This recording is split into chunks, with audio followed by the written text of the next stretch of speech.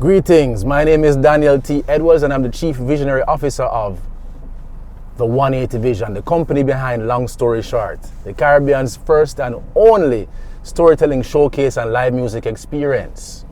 We have created Short Story Short because as an Uber driver, I've met some very interesting people and I believe that stories are the paint that decorate the canvas of life. And I want to hear what my people have to say. The saying goes, nobody is boring if you take the time to listen. This is Short Story Short. All right, who is this now? Good afternoon. Hello. I am your Uber driver for the day, Daniel. Hey, Daniel. Nice to meet you. What's your name? Meet you. I'm Sheree. Nice to meet you. Nice to meet you. All right, remember to put on your seatbelt. Yes, I. All right, so we are running a special campaign today. Okay. And the campaign is, you can one, pay for your drive, or you can tell me an interesting story and drive for free. But the rules are, you need to be short, it needs to be real, and you need to finish it before you get to your destination. What do you think? I don't know if it's interesting, but I'll share a story that's on my heart. A story that's on your heart?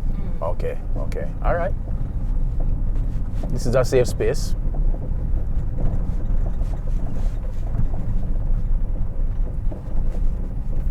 Last year, I went to the dentist, and I go to a dentist every year for like a little checkup.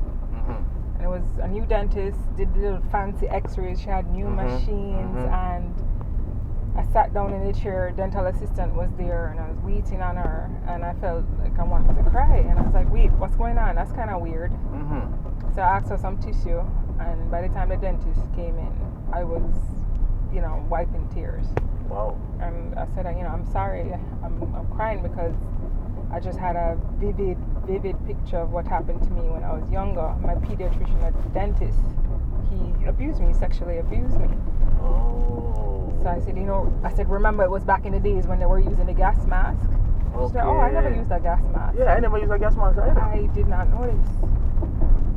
So essentially, gas mask, I was sexually abused or molested. And when I woke up, the dental assistant was always there. So I thought I was dreaming, or it was, I really thought something was wrong with me. Yeah. It was until years later I realized what really happened. And so that time when I realized what really happened, I went through a grieving period, enough crying, and just healing period. So how long after did you come to the realization of what happened? It was 30 plus. Okay, Yeah, so all this was repressed in your system the whole time? Yeah, but I dealt with it. So me now last year, 40 odd, 45 to be exact. I sat down in that chair and I just started crying because I remembered everything, like the dental assistant and just everything I remembered, like it was happening. So what, the assistant was a part of it? That's what I'm trying to understand. No, because once in the gas mask, you're under it. But so in the aftermath, you saw the assistant? Yeah, so I thought everything, like she was always there, but she wasn't. Wow. Yeah. But thankfully the dentist, she's a old Andrews girl, so that comforted me quite a bit. But I wasn't expecting that. I really was just being me and normal and happy. And then I just started crying. Out of nowhere. Well, Wow. So what was your next move when all of this came back up? well, it just made me realize or start thinking about how did I manifest this repressed feeling or what was going on in my body. How did I manifest it was in my relationships, at work, just me being me. And I went to a therapist and talked it out, just questioned everything in terms of how I was feeling and had somebody listen to me and provide solutions and tools to help me heal. So you did traditional therapy? I did traditional talk therapy. Okay. Right? But outside of the talk therapy, I also had sound healing and some other plant medicine, all the medicines, frog medicine to help me on the journey. Okay. Yeah. Wow. I was not expecting that. So, I do know that statistics say that around 3 out of 5 women have been sexually molested. I feel like it might be more because a lot of people don't come up with that information. So, for somebody who's watching this right now, what's your message to them? It's definitely more, and I didn't even realize that a lot of my classmates experience the same thing in a different way. And just having that, I'm going to say sisterhood, having somebody to listen, just knowing that I wasn't alone, that was key. You know, and it's just, if anybody's listening to this and it happened to you, just know that you are not alone. You are definitely not alone, and it's okay to speak about it, and to cry about it, and to be angry about it. Okay. Yeah. Wow. Give me 3 recommendations that you'd give to somebody who is a victim in order to find healing or some resolution.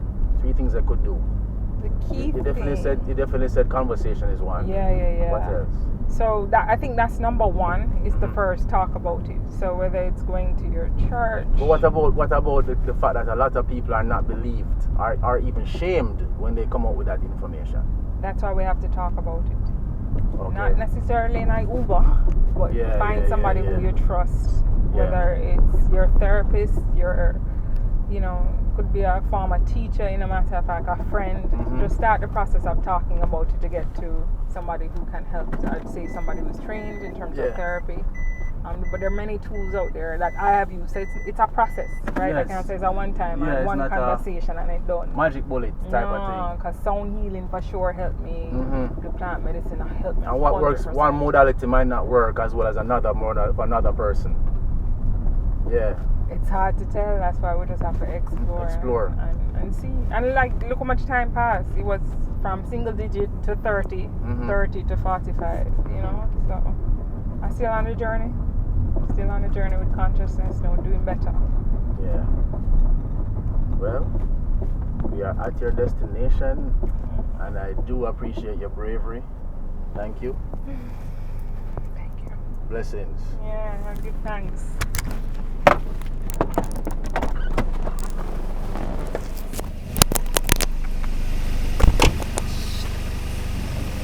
Wow. Well, didn't expect that. But this is what Short Story Short is about. We're providing a platform for people to tell real, authentic stories. And they all won't be pretty. Keep it short, keep it real, keep it moving.